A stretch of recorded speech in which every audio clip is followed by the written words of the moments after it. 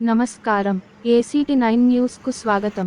పెద్దపల్లి జిల్లా మందని మండల కేంద్రంలోని మందని ప్రెస్ భవన్లో శుక్రవారం బహుజన సమాజ్ పార్టీ మందని అసెంబ్లీ నియోజకవర్గ ఇన్ఛార్జి జనగామ రవి కుమార్ ఆధ్వర్యంలో పార్టీ సమీక్షా సమావేశం నిర్వహించారు.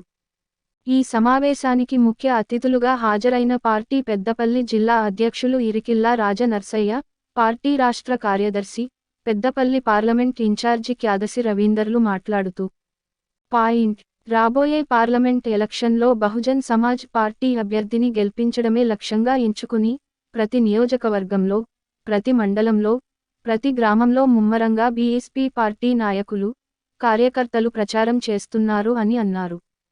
రాబోయే పెద్దపల్లి పార్లమెంట్ ఎలక్షన్లో బీఎస్పీ పార్టీ నీలి జెండా ఎగరవేయాలని, పెద్దపల్లి పార్లమెంట్ అభ్యర్థిని భారీ మెజారిటీతో గెలిపించాలని బీఎస్పీ పార్టీ మందని నియోజకవర్గం కమిటీ నాయకులకు, 9 మండల అధ్యక్షులకు దిశానిర్దేశం చేశామని తెలియజేశారు. ఇదే క్రమంలో బీఎస్పీ పార్టీ అధికారంలోకి వస్తే ప్రతి నిరుపేద కుటుంబానికి ఎకరం భూమి ఇస్తాము అని బహుజన్ సమాజ్ పార్టీ జాతీయ అధ్యక్షురాలు బెహన్ కుమారి మాయావతి హామీ ఇచ్చారని గుర్తు చేశారు.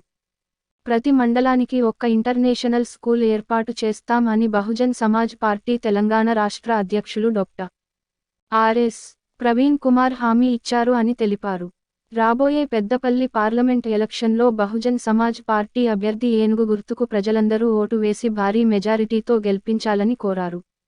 ఈ కార్యక్రమంలో బహుజన్ సమాజ్ పార్టీ పెద్దపల్లి జిల్లా ఆర్గనైజింగ్ సెక్రటరీ నక్క తిరుపతి, పెద్దపల్లి జిల్లా సలహాదారు పేగా నరేష్, పెద్దపల్లి జిల్లా మహిళా co convener Kampelli Anitha KL Bahujan, Manthani నియోజకవర్గం ఇన్ఛార్జి అట్టెం రమేష్, మందని నియోజకవర్గం అధ్యక్షులు రామిళ్ల రాకేష్, మందని నియోజకవర్గం కోశాధికారి పులిపాక బుంద్యాలు, పెద్దపల్లి జిల్లా బిట్సిల్ ఇన్ఛార్జి గడ్డం శేషాద్రి స్వేరో, రామగిరి మండల అధ్యక్షులు రేణుకుంట్ల మల్లేష్, ఉప్పట్ల సెక్టార్ ప్రెసిడెంట్ చాకినారపు లక్ష్మణ్ తదితరులు పాల్గొన్నారు. ఈరోజు మంతని నియోజకవర్గంలో ఈ నియోజకవర్గం యొక్క సమీక్షా సమావేశం ఏర్పాటు చేయడం జరిగింది.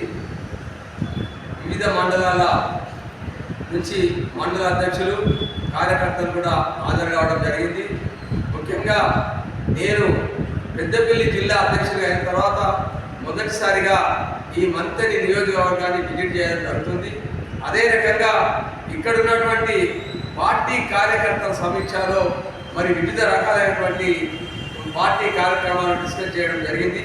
మరి ముఖ్యంగా ఇక్కడ మంతనిలో పెట్టడానికి కారణం ఏంటంటే, మరి రాబోయే పార్లమెంట్ ఎలక్షన్లో మరి దాదాపుగా ఇక్కడ ఏదైతే బహుజన సమాజ్ పార్టీ నీలి జెండాను ఎగరవేయడానికి మేము ఇక్కడ ప్రాతినిధ్యంగా నిలుస్తున్నాం. కాబట్టి తప్పకుండా మరి ఈ మంతని నియోజకవర్గంలో బహుజనవాదులు, మరి ఎస్సీ, ఎస్టీ, బీసీ, మైనార్టీ ప్రజలు చాలా మంది ఉన్నారు. కాబట్టి ఇక్కడ బహుజనవాదులు, బహుజన ఉద్యోగస్తులు కూడా చాలా ఉన్నారు. కాబట్టి తప్పకుండా ఈ పెద్దపల్లి పార్లమెంట్లో మరి ఏదైతే మరి ఆర్ఎస్పీ గారి ఆదేశాల ప్రకారంగా ఇక్కడ మరి బహుజన సమాజ్ పార్టీ తరఫున పార్లమెంటు అభ్యర్థిగా ఇక్కడ నిలబడబోతున్నాడు.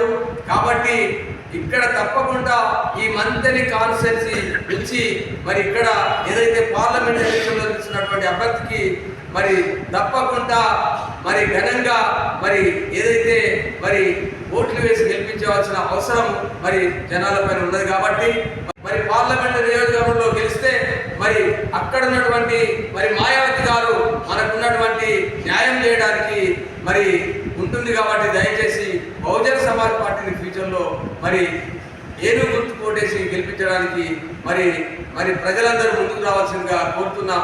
ఎందుకంటే బహుజన సమాజ్ పార్టీ మరి ఒకవేళ పార్లమెంట్లో ఉన్నట్టయితే మరి రాష్ట్ర ఏదైతే మన అధ్యక్షులు ఆర్ఎస్ ప్రవీణ్ కుమార్ గారు ఏదైతే పేదలకు ఒక ఎకరం భూమి ఇస్తామని కూడా చెప్పడం జరిగింది. మహిళల పేరు మీద పట్టాలు ఇవ్వడం జరుగుతుంది. అదే కాకుండా మరి ఇక్కడ ఉన్నటువంటి కోడ్ భూములు ఏదైతే ఉన్నాయో వాళ్ళందరికీ పట్టాలు ఇవ్వడానికి కూడా మరి ఆర్ఎస్పీ ప్రవీణ్ కుమార్ గారు నాయకత్వంలో అది న్యాయం జరుగుతుందని మేము చెప్పడం జరుగుతుంది. అదే రకంగా మరి మంతని కాన్స్టిట్యున్సీలో దాదాపుగా మరి భూ కబ్జాదారులు ఎక్కువ ఉన్నారు. అలాంటి భూములను కూడా మరి పేదలకు చెందేలా చేయడానికి మరి ఆర్ఎస్పీ ప్రవీణ్ కుమార్ గారు కంకణబద్ధుడై ఉన్నాడు కాబట్టి మరి ఈరోజు మరి ఏదైతే బహుజన సమాజ్ పార్టీ మరి ఏదైతే బహుజనుడు పండగ అనిపిస్తుంది వీళ్ళ యొక్క సమస్యలు పరిష్కరించడానికి ముందుంటది కాబట్టి మరి పార్లమెంట్ ఎలక్షన్ లో నీలి జెండా ఎగరవేయడానికి బహుజన సమాజ్ పార్టీ ముందుండి నిలుస్తుందని మరి దానికి అనుగుణంగా ప్రజలందరూ మీరు సహాయ సహకారాలు చేయాలని కోరుతూ మరి ఈ అవకాశం ఇచ్చినటువంటి మరి నియోజకవర్గం మంత్రి నియోజకవర్గ ప్రజలందరికీ నా ప్రత్యేకమైన జై భీమ్, జై భారత్, జై పూలే, జై అంబేద్కర్. ఈరోజు మన మంత్రి నియోజకవర్గ సమీక్షా సమావేశానికి మరి అధ్యక్షత వహిస్తున్నటువంటి గౌరవ జిల్లా అధ్యక్షులు ఇక్కిల రాజనరసింహ గారికి, ఈ ప్రాంత ఇన్ఛార్జి రవికుమార్ గారికి, మిత్రులందరూ కూడా ప్రత్యేకమైన జైబీలు కోరుతూ మంత్రి నియోజకవర్గానికి ముఖ్యంగా మహిళలు, విద్యావంతులు, ఉద్యోగస్తులు, ఎస్సీ ఎస్టీ బీసీ మైనారిటీ సోదరులందరూ కూడా జైబీలు. మిత్రులారా, మొన్ననే మనకు గణతంత్ర దినోత్సవం వచ్చి 70 ఏళ్ళు పూర్తి చేస్తున్నటువంటి విషయాన్ని మనం గుర్తు చేసుకున్నాం. మరి భారతదేశంలో కానీ మన తెలంగాణ రాష్ట్రంలో కానీ ఈ యొక్క అగ్రవర్ణ చేతిలోనే అధికారం ఉంటుంది. ఈ అధికారం ఉండడానికి కారకులను ఆలోచిస్తే ఇది కేవలం ఎస్సీలు, ఎస్టీలు, బీసీలు, మైనారిటీ సోదరులని చెప్పక తప్పదు మిత్రులారా.